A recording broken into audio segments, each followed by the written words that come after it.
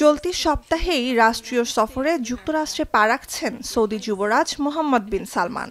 ধারণা করা হচ্ছে এই সফরেই মোটা অঙ্কের অর্থনৈতিক ও প্রতিরক্ষা চুক্তি সই করবে দুই দেশ। শুধু বৈঠক নয়, বরং বড় সম্মান অপেক্ষা করছে সৌদি আরবের জন্য, বলছেন মার্কিন প্রেসিডেন্ট। মার্কিন অস্ত্র নির্মাতা প্রতিষ্ঠান লকহিড মার্টিনের তৈরি F-35 স্টেলথ যুদ্ধবিমান সৌদি আরবের কাছে বিক্রির ব্যাপারে ভাবছেন প্রেসিডেন্ট ডোনাল্ড ট্রাম্প। শব্দের চেয়েও দ্রুতগতির লাইটনিং 2 সুপারসনিক এই যুদ্ধবিমান বিশ্বের সবচেয়ে আধুনিক, দাম মডেল ভেদে $8 কোটি থেকে শুরু করে $11 কোটি পর্যন্ত হতে পারে। এমন অর্ধশত বিমান সৌদি আরবকে বিক্রির পথে রয়েছে ট্রাম্প প্রশাসন। সব মিলিয়ে যে চুক্তির অঙ্ক দাঁড়াতে পারে $1000 কোটি। শুধুমাত্র সিটি ব্যাংকে অ্যাকাউন্ট থাকলেই করতে পারবেন গুগল পে। তাই অ্যাকাউন্ট খুলুন আজই।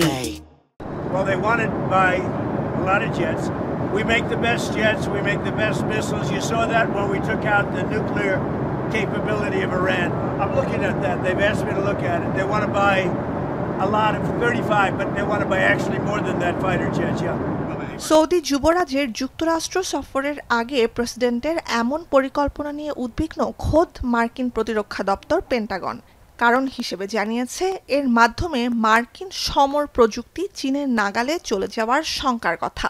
সৌদি আরবের সাথে নিরাপত্তা চুক্তি ও সম্পর্ক রয়েছে যুক্তরাষ্ট্র আর পশ্চিমা আধিপত্য বিরোধী চীনের, যার সুযোগ নিয়ে মার্কিন F-22 র্যাপটর যুদ্ধবিমান থেকে চুরি করা প্রযুক্তি ব্যবহারের মাধ্যমে J-20 মাইটি ড্রাগন নির্মাণের অভিযোগ রয়েছে বেইজিংয়ের বিরুদ্ধে। বলা হচ্ছে, এভাবেই Saudi F-35 joint strike fighter থেকেও গোপন প্রযুক্তিগত তথ্য হাতিয়ে নেওয়ার অপেক্ষায় আছে চীন। কিন্তু তাহলে কেন এ চুক্তির পক্ষে ট্রাম্প? বলা হচ্ছে, ইসরায়েলের সাথে সম্পর্ক স্বাভাবিক করাতে সৌদি আরবের সামনে F-35 নামের মূলা ঝোলাচ্ছেন মার্কিন প্রেসিডেন্ট। মার্কিন অস্ত্রের সবচেয়ে বড় ক্রেতা দেশ হিসেবে লকহিড মার্টিনের তৈরি যুদ্ধবিমান নিজেদের অস্ত্রভাণ্ডারে যুক্ত করার আগ্রহ সৌদি আরবের দীর্ঘদিনের, এবং চলতি বছর ট্রাম্প দ্বিতীয় মেয়াদে যুক্তরাষ্ট্রের ক্ষমতায় আসার পর থেকেই এ নিয়ে সরাসরি অনুরোধ জানিয়ে আসছে রিয়াদ। মন্ত্রিপরিষদ ও কংগ্রেসের অনুমতি সাপেক্ষে চূড়ান্ত সিদ্ধান্ত বাকি থাকলেও অস্ত্র চুক্তির বিষয়টি যে প্রক্রিয়াধীন সেটি নিশ্চিত করেছেন প্রেসিডেন্ট। বার্তা সংস্থা রয়টার্সের প্রতিবেদনে বলা হয়, মধ্যপ্রাচ্যে মার্কিন অস্ত্র বিক্রির সাথে জড়িয়ে থাকে ইসরায়েলের সামরিক স্বার্থ। অন্যান্য আরব দেশগুলোর তুলনায় উন্নততর মার্কিন অস্ত্রে অগ্রাধিকার পায় যুক্তরাষ্ট্রের ঘনিষ্ঠতম মিত্র ও মধ্যপ্রাচ্যের একমাত্র ইহুদিবাদী দেশটি।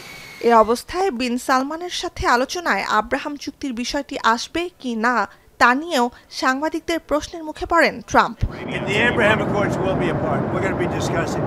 I hope that Saudi Arabia will be going into the Abraham Accords fairly shortly. যুক্তরাষ্ট্রের প্রেসিডেন্ট হিসেবে প্রথম মেয়াদে ট্রাম্পের হাতেই যাত্রা শুরু আব্রাহাম অ্যাকর্ডসের। মুসলিম দেশগুলোর সাথে ইসরায়েলের কূটনৈতিক সম্পর্ক স্বাভাবিক করাতে যুক্তরাষ্ট্রের মধ্যস্থতায় এ চুক্তিতে আরব রাষ্ট্র হিসেবে প্রথম যুক্ত হয় সংযুক্ত আরব আমিরাত ও বাহরাইন। ফিলিস্তিন রাষ্ট্র প্রতিষ্ঠায় এ চুক্তি বাধা বলে এখন পর্যন্ত নাম লেখায়নি সৌদি আরব।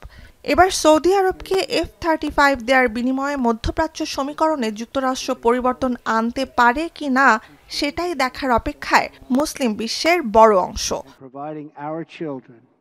নুজহাত কামাল, এখন বিশ্ব।